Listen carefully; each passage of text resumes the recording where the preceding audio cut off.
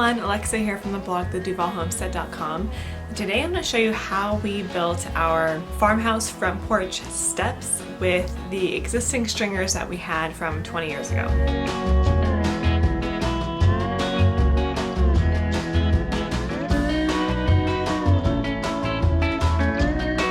Recently, my husband and I decided it was really time to fix our front porch steps. They were built 20 years ago and they were the kind of thing that you would walk on and they would kind of bounce when you stepped on them, and every time fall and winter would go by, every year they would just get worse and worse with all the rain and the snow. Our original plan was to redo the whole porch and to redo the steps completely.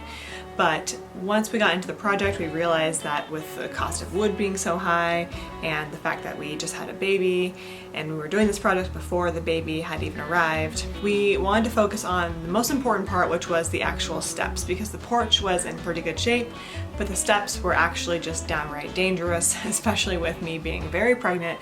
And then, of course, halfway through this project, I actually had the baby. In fact, my husband was working on these steps when I was in labor with our baby, and the scary thing was that they weren't done. And so when I called him upstairs and I said, we're having the baby, you need to come up here, he had to put some caution tape in front of the steps because they weren't done. He didn't want anyone to walk on them. So long story short, we're very happy that these steps are done now.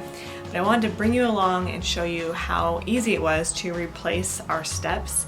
Now, we did not replace the stringers of the steps. So if you're looking for a tutorial on how to build stringers, that is not going to be included here. I've heard that that is the hardest part because the stringers are basically the base of the steps and those cuts are a lot more sophisticated. That was our original plan. However, when we took apart the planks that were on the steps, we looked at the stringers and they really weren't that damaged. We thought they would be worse. So we actually made up a plan to just reinforce them with some 2x4x8s to just help any of the weaker parts of the stringers just be a little stronger. So now you're thinking you need to redo the, what is that called? Like the landing or? The frame. The frame. Yeah. Which is substantial because these cuts take a long time to make. I mean. Yeah, those are some cuts right there. Are they sturdy though? Like, do they work? Because if they work. I don't know.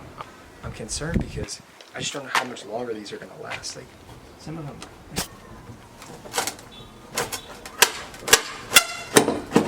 Try for the hammer.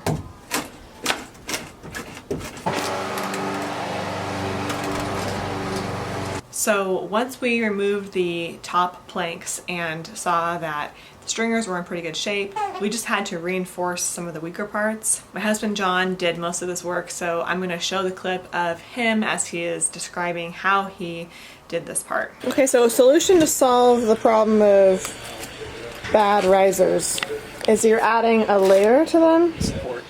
Support. Are you going to do all of them or just the ones that are shaky? Just the ones that are shaky. These are 1, 2, 3, 4, 5, 6 step stringers. These are very hard to get. Got to special order them. So decided to just stick with the ones that we got. They're kind of old. They're pressure treated. There were a few damages to the boards. Luckily, I figured out on YouTube how to do this pretty cheap. Went to Lowe's. Got a pressure treated 2x4x8 right here. Cut it down and basically reinforced the parts where the stringers were a little bit damaged. Did that all over. This one was pretty heavily damaged over here, so I put 2 reinforcing ones. And as you can see, with 4 exterior decking screws, the pressure treated lumber, that isn't going anywhere. Yeah. So the boards are all set up. Everything's good to go. Now all we need to do is put the planks on. Ready? Okay. Now after the stringers were in good enough shape for us to be able to build the steps on, we had to start working on the risers, which is the part before the actual step, that part that's actually vertical. Now, John said that you need a table saw to cut these risers, but he figured out a way to not have to use this table saw because we don't have one. We only have a circular saw. So I will show that clip now. I needed to rip some boards, and I did not want to pay $400 for a table saw. So I was racking my brain on how I'm going to be able to rip fascia boards, or fascia boards, whatever they're called, at 6.5 inches when I bought a width of 7.5. So didn't want to pay $400 for a table saw. Finally met a nice sales associate at Home Depot, and they told me that they had this type of guiding ruler that you could use, and this was only 11 bucks. And what it does is it allows your table or your circular saw to track true while you're handling it. So I'm going to test it out. If this works successfully, I will have saved around $385 factoring in tax. So pretty excited about it. Seems like it's going to be good. These will be the risers for our stairs, so pretty important piece. So let's check it out, see how it does.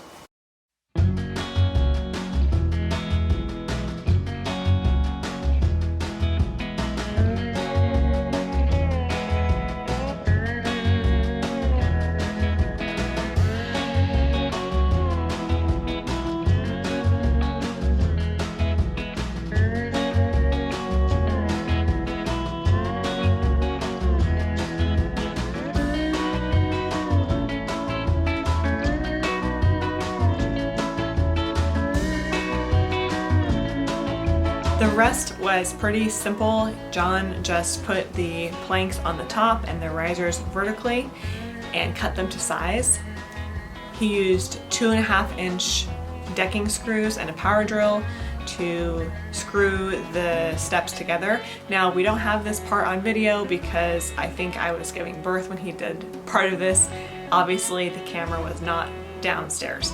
So this, he said, what he did was he did 2.5-inch decking screws per plank, per riser, per stringer. So 2, 2, and 2. Once the risers and the planks were secure, we let this sit for about a day, and then John washed it with some gentle dish soap, let that sit for another day, and then we started the stain. And for the stain, we used a color called Jara Brown, and that is from a company called Australian Timber Oil. We only did one coat of this stain. John used a paintbrush to do it, so it was pretty easy. After you stain the steps, you want to let them sit for 24 to 48 hours before walking on them. And lastly, of course, you want to add some decor to your steps. I'm just kidding. But I am getting ready for fall over here, so I couldn't help but add a little pumpkin that we got from our neighbor's farm stand because it's the first pumpkin I saw this year that's available, and some flowers that I just picked up from our nursery. All right, well, thanks for following along on how to build front porch steps for your farmhouse. If you have existing stringers, I hope this was helpful to you. If you have any questions, you are always welcome to comment on the blog post. I'll also have more details that my husband John wrote out, since he was the one who did this project, on the blog post at theduvallhomestead.com, and I'll leave a link for that below. If you're brand new to my page, make sure you subscribe on YouTube and like on Facebook. Every week I post new farm-to-table recipes and homemade natural living from our homestead in Duvall. Thank you so much for stopping by the Duvall Homestead.